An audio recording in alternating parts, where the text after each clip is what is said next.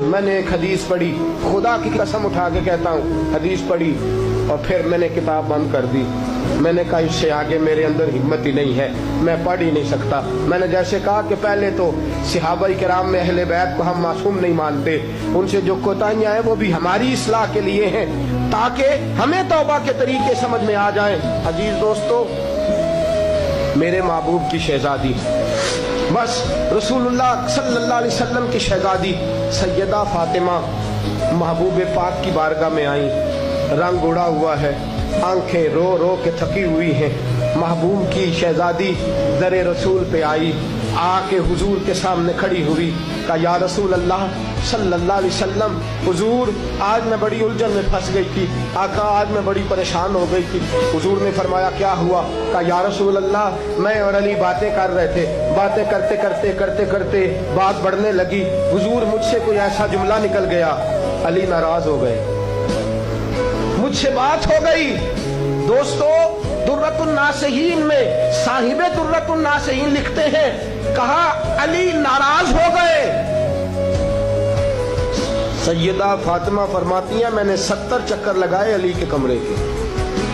کتنے؟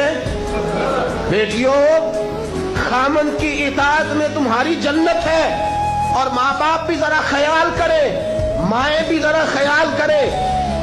میرے رسول پاک نے فرمایا جو کسی عورت کو اس کے خامن کے خلاف بھڑکاتا ہے، جو کسی عورت کو اس کے خامن کے خلاف بھڑکاتا ہے، اللہ اسے جنت کی خوشبو بھی عطا نہیں کرے گا۔ چاہے اماں ہی مشورے دے رہی ہو، چاہے کوئی مشورہ دے رہا ہو، خامن کے خلاف جو بھڑکاتا ہے۔ سید عالم صلی اللہ علیہ وسلم کی صاحبزادی کہتی ہے میں نے 70 چکر لگائے، سونیا میں نے علی کو راضی کیا۔ حضور علی راضی ہوئے ہیں تو خبر دینے آئی ہوں، بس اس سے زیادہ بڑی بات اور نہیں مل سکتی۔ دل کے کان کھولنا، ذرا جاگنا، ذرا اٹھنا، ذرا ٹیک چھوڑنا، ذرا غور کرنا۔ یہ کیا جملے بول دیے میرے رسول نے؟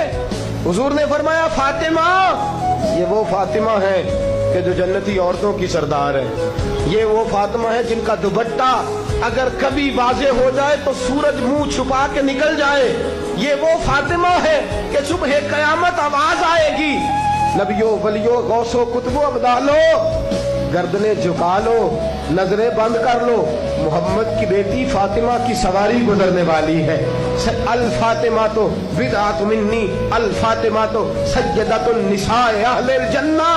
حضور نے فرمایا فاطمہ تو نے اچھا کیا، علی کو راضی کر لیا، اگر علی تجھ سے ناراض رہتے اور تیرا انتقال ہو جاتا، حضور فرماتے ہیں فاطمہ میں تیرا جنازہ نہ پڑھتا۔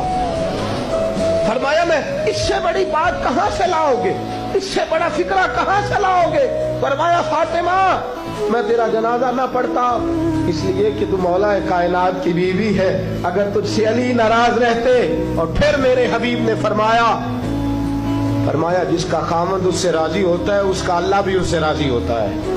پھر اپنی بیٹی کو فرمایا بیٹی یاد رکھ، کوئی عورت اتنی نمازیں پڑھے جتنی حضرت عیسیٰ کی والدہ مریم نے پڑھی تھی، اتنا قرآن پڑھے جتنا جناب مریم نے پڑھا تھا، اتنا قرآن پڑھے جتنا حضرت مریم نے پڑھا تھا، لیکن پھر بھی اپنے شوہر کی نافرمانی کرے، فرمایا اللہ اس کی عبادتیں قبول نہیں کرے گا، اللہ اس کی ریاضتیں قبول نہیں کرے گا، تلاوتیں قبول نہیں کرے گا۔